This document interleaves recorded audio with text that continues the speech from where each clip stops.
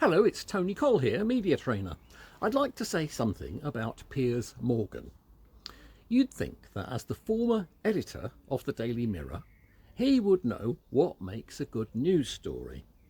And to a lesser extent, you would expect that from Francesca Albanese, the UN Special Rapporteur for the human rights of Palestinians living in the occupied territories.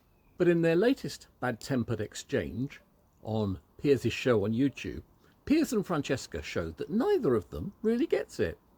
Piers Morgan was angry with Greta Thunberg and her fellow crew members on the aid ship Madleen, which attempted to take humanitarian supplies to Gaza, but which, surprise, surprise, was boarded by the Israelis, who arrested everyone on board and sent most of them home. Piers said the stunt was futile because it wouldn't have helped anyone in Gaza. But he spent 20 minutes of his programme, of his interview with Francesca, discussing it.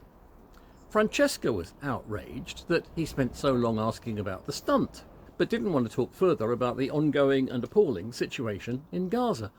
Well, they're both wrong.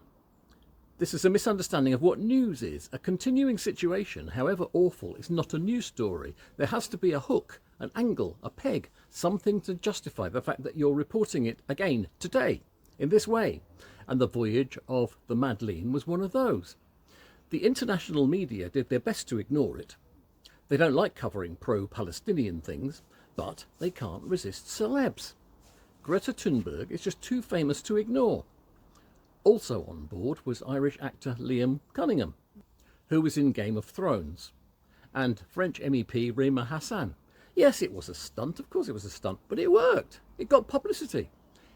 As Piers said, it didn't feed anybody, but it got more people thinking and talking about Gaza.